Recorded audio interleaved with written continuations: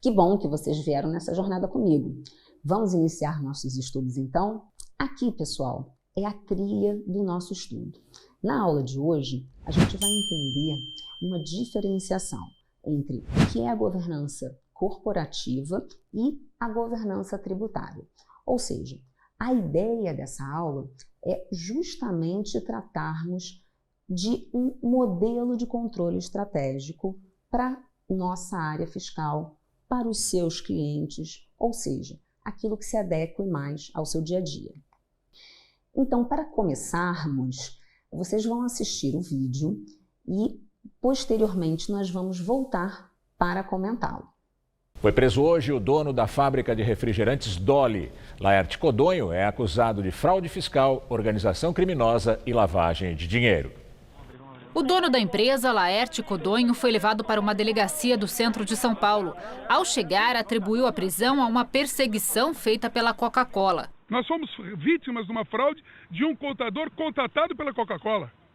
Agora, se a verdade não aparecer, eu estou aqui preso pela Coca-Cola. Além do empresário, também foram presos um ex-contador da empresa e o gerente financeiro. O Ministério Público e a Procuradoria-Geral do Estado atribuem a eles fraudes que geraram prejuízo de 2 bilhões de reais aos cofres de São Paulo com a sonegação do ICMS. Os promotores acreditam que as irregularidades acontecem desde o final da década de 90. No começo, eram práticas mais simples. Os crimes foram evoluindo conforme o avanço das investigações. Num primeiro momento, havia emissão de notas com valores a menor, venda sem nota, escrituração irregular. Depois, quando o cerco foi fechado, o grupo, por meio de laranjas, constituiu distribuidoras e eles simulavam a compra de refrigerantes dessas distribuidoras, o que também gerava créditos irregulares. A Justiça também autorizou o sequestro de 3 helicópteros, 13 automóveis de luxo. Na casa do empresário também foi apreendida grande quantidade de dinheiro em reais, dólares e euros. Os valores apreendidos estavam ocultados dentro dos imóveis. Havia esquemas para se esconder valores dentro de empresas, o que não é uma coisa normal. É uma empresa que atua no mercado, normalmente guarda o dinheiro no banco. Essa é uma evidência da sistemática sonegação de impostos. A Dolly também é investigada por sonegação de impostos federais, como o não recolhimento do INSS dos funcionários. Os valores dessas dívidas giram em torno de 2 bilhões de reais. Em nota, a Dolly classificou de injusta a prisão do empresário, destacando que ele sempre colaborou com as autoridades e que vai recorrer da decisão. A Coca-Cola diz que não comenta processos judiciais em que não esteja envolvida. Pois bem, gostaram do vídeo? O que vem à mente de vocês quando a gente pensa em algo errado aconteceu com a empresa Dolly? Que imagem que essa empresa pretende passar para o mercado uma vez que essa reportagem foi veiculada? Será que de fato ela passa uma imagem de uma empresa correta ou ela passa uma imagem reputacional muito negativa? Ponto de reflexão para vocês. Observem, pessoal, que é extremamente importante que nós entendamos todos os processos, cada uma dessas pecinhas que fazem parte de um controle maior para uma tomada de decisão final. E por que esses processos internos são tão importantes? Vejam, estando você com cliente, estando você dentro de uma empresa, nós aqui somos o quê? Uma parte determinante de toda essa engrenagem. Então não existem peças que talvez sejam maiores ou menores. Todas elas possibilitam o quê? Que essa engrenagem de fato caminhe, né? Siga o seu caminho e vá para frente. O que esses processos trazem para a gente? A necessidade e a responsabilidade de cada uma das áreas, tanto na comunicação quanto no desenvolvimento desses processos. E aí, falamos de processo, falamos de reputação, mas quando você escuta a palavra governança, o que te vem à mente? Pode ser algum tipo de controle? Pode ser uma gestão de risco? O que é efetivamente governança? Da onde vem essa palavra conformidade, né? E aqui vocês podem observar que a gente tem algumas legislações, como a SOX, também conhecida como Sarbanes-Oxley, e até questões relacionadas à auditoria, como o COSO, que é uma ferramenta utilizada muito pelo pessoal da auditoria. Observem o seguinte: todo esse processo de governança, com o passar dos anos, ele foi se tornando o quê? Ele foi se tornando mais efetivo e mais cobrado das empresas, especialmente se a gente olhar para alguns anos atrás e se lembrar, por exemplo, da Operação Lava Jato. Agora, você acha que todo esse processo de governança também deve ser aplicado à área tributária? Será que ela não pode, assim, engessar o trabalho da gente? Será que a área fiscal ela deve se submeter a este tipo de controle? Então a gente precisa o quê? Desmistificar o que é governança corporativa, antes da gente falar de governança tributária. Observem o seguinte: aqui existem palavras em destaque que, juntamente comigo, vocês vão entender o conceito da governança corporativa. Observem que elas estão marcadas aqui, falam de regras, falam de princípios, falam de valores, falam de processos, gestão e prestação de contas. Também veiculado aí no mercado muito como accountability. Então observem que a governança corporativa nada mais é do que um sistema, né, que tem como propósito o quê? Controlar toda essa engrenagem. Ou seja, ela também serve para mediar a relação entre aqueles representantes da empresa, sejam diretores, sejam parte do conselho da administração, com quem? Com os stakeholders. Como assim, Juliana? Stakeholders? Todos aqueles que de alguma forma podem ou não ser afetados pelas decisões daquela companhia. Ou seja, pode ser uma comunidade local, pode ser um acionista, pode ser alguém interessado em adquirir ações daquela empresa, né? A gente tem muitos interessados. É importante aqui que vocês também entendam parte desses conceitos para a gente seguir em frente.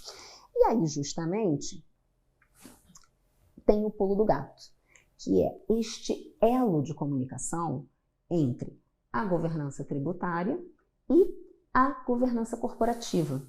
O que elas têm em comum? Bom, todos nós sabemos, até porque nós vivemos num Big Brother fiscal, né? Vocês vão lembrar do SPED, que a cada passo que eu dou, antes mesmo de um fato gerador, o governo ele já sabe o quanto de imposto ele poderá arrecadar. Claro que aquela operação ela pode não acontecer, ela pode ser afetada por algum problema, por algum obstáculo e acabar não acontecendo. Mas observem que existe um verdadeiro Big Brother em termos de fiscalização, em razão de quê? Das informações que nós necessariamente devemos controlar e enviar em certa periodicidade para o fisco. Assim como a governança corporativa, a governança tributária, ela também é um sistema, é uma engrenagem que pressupõe o quê? Planejamento, organização, cumprimento, com foco principal em pagamento das obrigações principais e cumprimento das obrigações acessórias. Então, falei bastante de governança e agora a gente vai aprofundar um pouquinho mais. O que é esse compliance, né? Puxa, eu vejo essa palavra, eu vejo tanto, mas como é que a gente pode traduzir? Será que tem tradução para essa palavra? Na realidade, o compliance, gente, ele vem de onde? Ele vem de um verbo em inglês chamado to comply with, ou seja, agir em mesma sintonia com aquelas regras que foram dispostas. Então, como é que eu ajo dentro de uma forma compliance, né? Eu estou em conformidade, eu estou o quê? De acordo com leis e regulamentos. Agora, vocês vão lembrar daquela perguntinha que eu fiz lá no começo da aula? Será que essa burocracia engessa o nosso negócio? Engessa o nosso dia a dia? Então, como é que a gente consegue evitar essa burocracia sem necessariamente engessar o nosso dia a dia? Fato é, pessoal, que o compliance ele é obrigatório. Ele não é mais algo que se possa dispor. Ele necessariamente deve estar incluído e embutido em toda atividade empresarial. Desde que seja uma pessoa jurídica que está lá no Simples Nacional, desde que seja uma pessoa jurídica muito bem estruturada e com um excelente faturamento que está no lucro real, por exemplo. Então, como é que a gente institui isso? Né? A gente institui este compliance através de normas, procedimentos. Por exemplo, Juliana, o que é uma norma? É uma norma que pode ser uma norma interna da sua empresa, aonde quem manda pagar não faz o pagamento. Ou seja, são duas áreas distintas. Como assim? Uma área que vai ser responsável por providenciar e coletar os dados para efeito de pagamento e a outra que vai transacionar com o banco. Provavelmente, onde você trabalha, deve haver uma norma a respeito, né? Isso somente exemplificando, tá, pessoal? Agora, existem procedimentos que detalham um pouco mais esta norma. Políticas que geralmente são top-down, né? Elas vêm de cima. Por quê? Porque elas estão ligadas à missão, visão e valores da empresa, né? Ou seja, o que vem de cima, de fato, deve ser respeitado. E isso está embutido o quê, pessoal? Parte da cultura da empresa. Tudo isso se comunica dentro dessa linda engrenagem que a gente viu aqui, buscando o quê?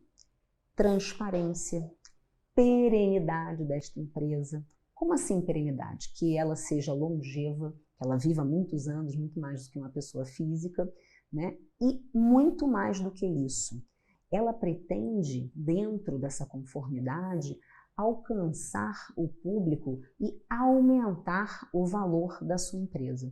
Justamente para quê? Para mostrar não só para os seus stakeholders, mas para o mundo o quanto ela é confiável.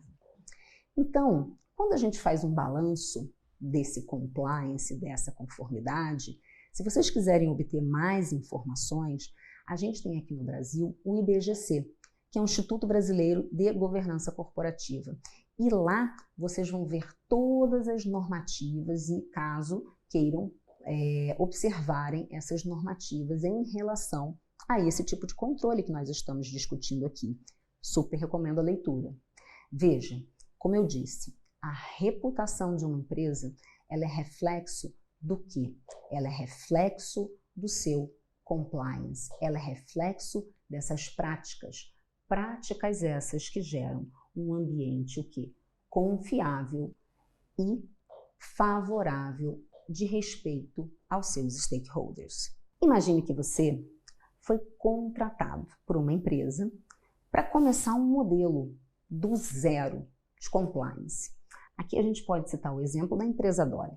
Imagine se do dia para a noite o dono da empresa fale assim: olha, eu cansei, não quero mais passar por este tipo de constrangimento e eu vou mudar tudo aqui na empresa. Muito bem, ele contrata você para fazer esse controle estratégico do compliance e do tributário. E afinal, por onde a gente começa? Olha que bacana o que eu tenho para apresentar para vocês aqui. Aqui vocês vão começar do zero um modelo de compliance tributário. É aquele modelo do tipo, nossa, eu nem sei por onde começar. Podem ficar tranquilos que, seguindo esse passo a passo, vocês vão conseguir aplicar no dia a dia de vocês uma implantação desse compliance tributário. Vamos lá? Eu vou começar pelo primeiro passo. Por onde eu começo? Inicialmente, dentro daquela engrenagem, eu preciso identificar os processos tributários, porque vejam, eu tenho processos tributários que vão interagir com outras áreas, né? Com o jurídico, com a contabilidade. Como é que eu faço essa primeira identificação? Aqui eu trouxe um exemplo para vocês de uma nota fiscal bumerangue. Para quem nunca ouviu essa expressão, ela também pode ser considerada uma nota fiscal calçada. Mas o que é importante a gente ressaltar é o seguinte: é uma prática completamente ilícita, na qual muitas vezes você transitava uma mercadoria somente para pagar menos imposto. E essa prática era uma daquelas que foi efetivamente motivo da prisão do dono da empresa Dolly. Pois bem, com quem que você vai ter que interagir para garantir que esse tipo de prática não aconteça? Com a área de transportes, se o transporte for terceirizado com esta empresa, será que existe um controle também do caminhoneiro? Ou seja, ele é funcionário da empresa que você trabalha? Então aqui, gente, o que é importante? Você conhecer e identificar essas áreas que são correlatas, né, ao seu dia a dia e fazer o quê? Identificar potenciais problemas.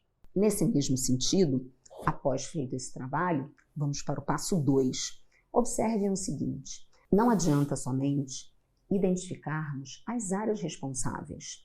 É necessário avaliar se aquela pessoa com quem você está se comunicando efetivamente detém o conhecimento e pode ajudar você no desempenho dessa atividade. Então, por exemplo, aqui a gente tem que pensar que essa pessoa ela tem que ter um nível de maturidade que ela conheça, né, efetivamente a estrutura, o departamento. Outro ponto importante é que esta pessoa tem que ser um profissional que seja referenciado pela empresa, ou seja, se é uma pessoa que está na área de tesouraria, ela de fato precisa conhecer os procedimentos de contas a pagar e contas a receber. Então, não adianta o dono do departamento passar este bastão, passar esta responsabilidade para, por exemplo, um menor aprendiz.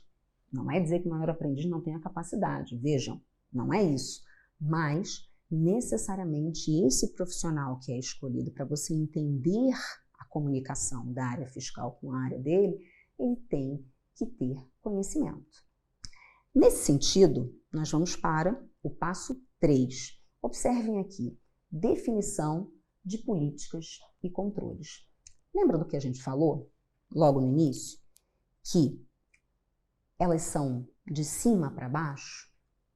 Como assim, Juliana? Elas têm que estar vinculadas com a missão, a visão e os valores da empresa. Elas fazem parte o quê? Da cultura daquela empresa. Então, observem, a gente precisa, sim, ter políticas e controles para saber o que aquela empresa efetivamente precisa controlar. Vocês hão de convir que, se eu trabalho numa empresa de segurança, os controles eles vão ser bem diferentes se eu trabalho, por exemplo, numa fábrica de refrigerantes. Mas, Juliana, a gente precisa ter controle nessas duas estruturas. Perfeitamente. Mas vocês entendem que são controles bem diferentes. Agora, qual é o pulo do gato quando a gente fala em termos de política e controle?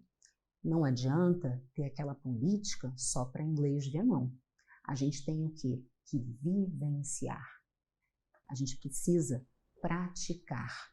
E não é só a gente que está aqui. O pessoal lá de cima também.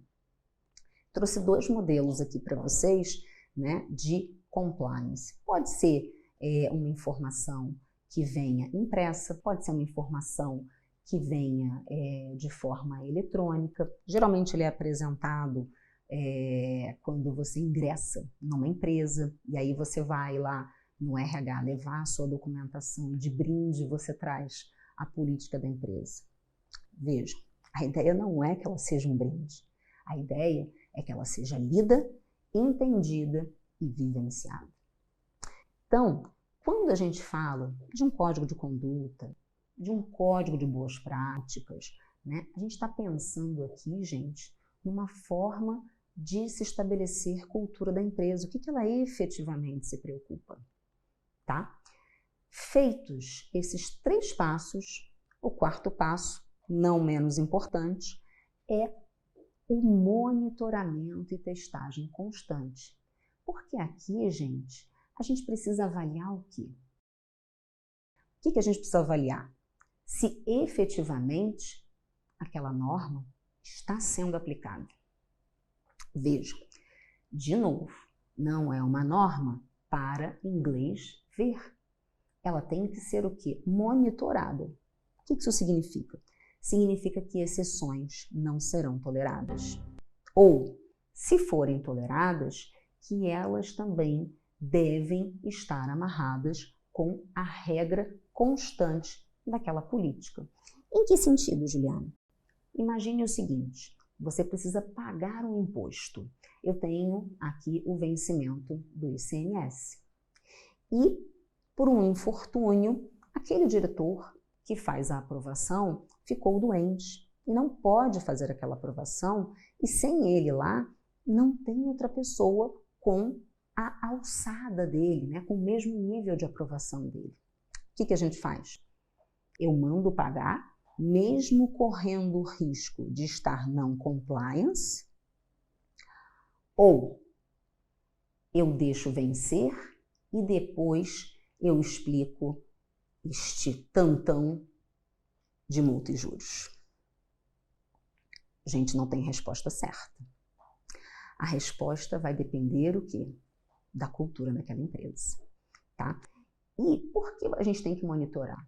É o walk the talk. O que é esse walk the talk? Não é só a pessoa falar da boca para fora sobre a norma. Ela precisa praticar. E essa prática, ela vai justamente se atrelar ao nosso quê? Ela vai justamente se atrelar ao nosso passo 5, que é medições e divulgação. Como assim, Juliana? Medições e divulgação. Será que você vai ficar apontando o dedo para aquelas pessoas que erraram e que são os culpados? Veja, a ideia aqui não é trazer culpados, mas a ideia é que nós possamos identificar quais são aqueles comportamentos que não estão em conformidade e efetivamente divulgá-los no seguinte sentido, não como somente uma reprimenda, mas para que nós possamos evitar que eles aconteçam novamente.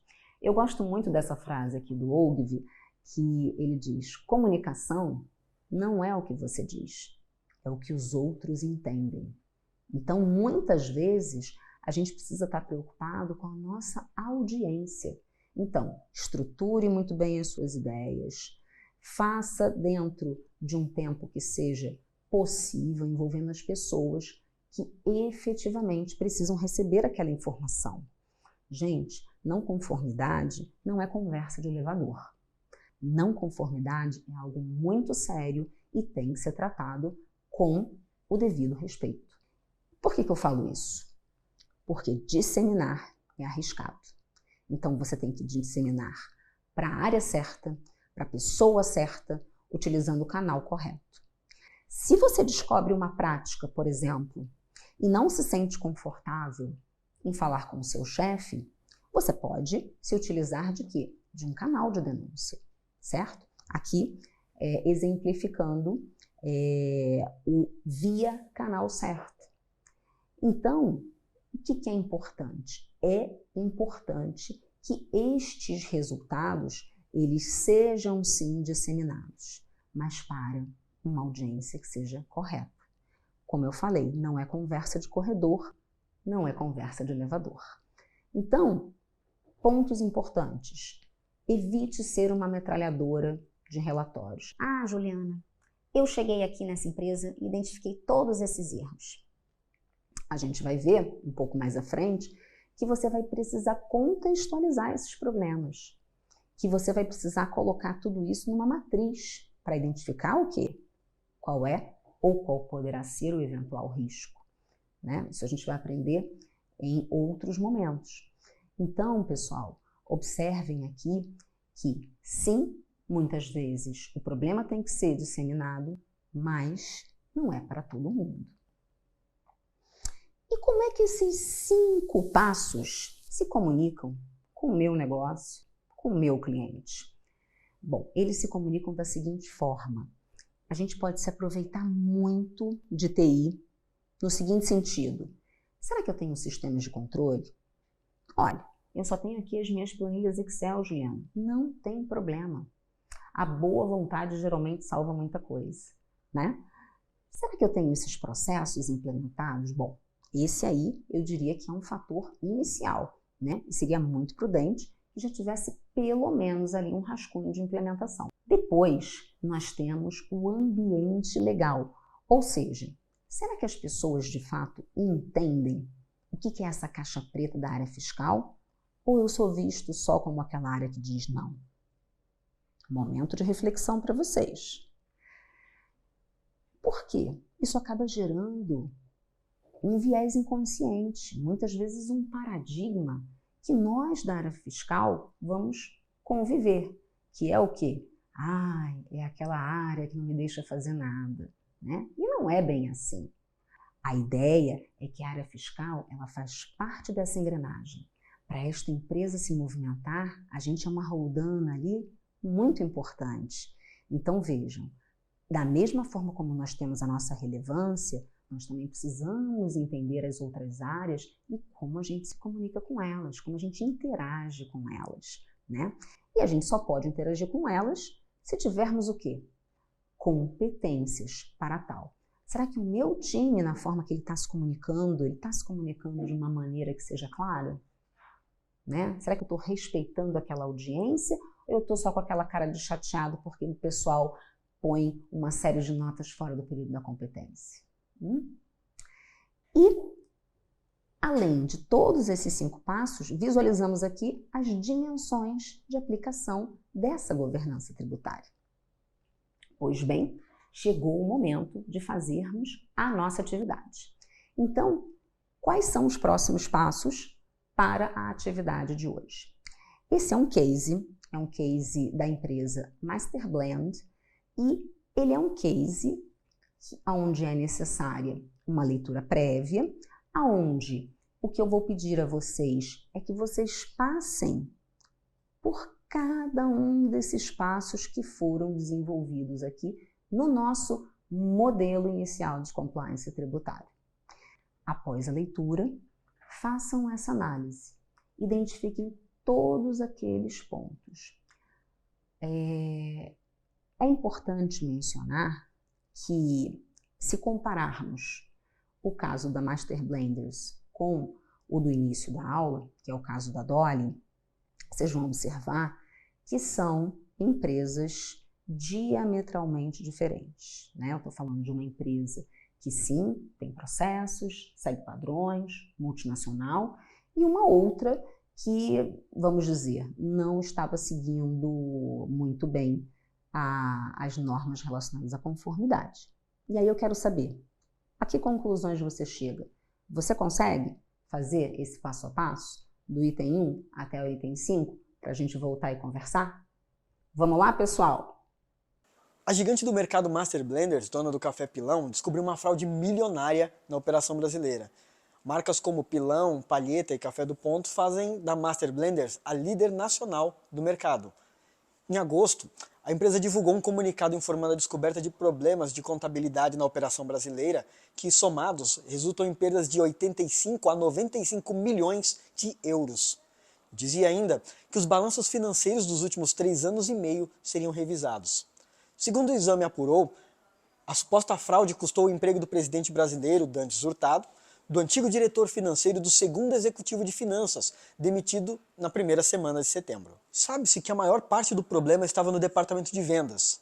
Para cumprir as metas de crescimento estabelecidas pela matriz e garantir seus bônus anuais, alguns executivos teriam registrado uma série de pedidos de varejistas por conta própria, sem que eles fossem oficialmente realizados, uma prática conhecida como antecipação de venda. Para convencê-los a fazer novos pedidos, mesmo quando seus estoques ainda estavam cheios, a equipe da Master Blenders aumentava em até 50% a verba promocional paga à rede. Esse tipo de verba é usada para a inclusão de seus produtos em tabloides ou para garantir uma posição privilegiada na gôndola, que é uma prática muito comum no mercado. Em alguns meses, a Master Blenders não teria lançado no balanço o pagamento dessa verba como despesa, mas como contas a receber. Por exemplo, vendia R$1 milhão para um varejista, mas ela pagava apenas R$800 mil, porque cobrava R$200 mil de verba promocional. Como o dinheiro nunca voltava, isso virou uma bola de neve no balanço. E como mudou o jogo? 2 anos depois de descobrir essa fraude milionária, a fabricante de café Master Blenders, dona da marca Pilão, mudou muita coisa para recuperar a imagem. A principal, premiar quem faz o certo. Para ganhar mercado, seus vendedores registravam pedidos fantasmas e davam descontos astronômicos aos varejistas e registravam muita pouca coisa no balanço. Chegaram a perder cerca de R$1 bilhão em valor de mercado e isso custou o cargo de seu presidente. A empresa voltou a ter lucro, aumentou sua participação de mercado de 14,7% para 17,1% e, segundo varejistas e concorrentes ouvidos por exame, recuperou parte da imagem torrada e moída.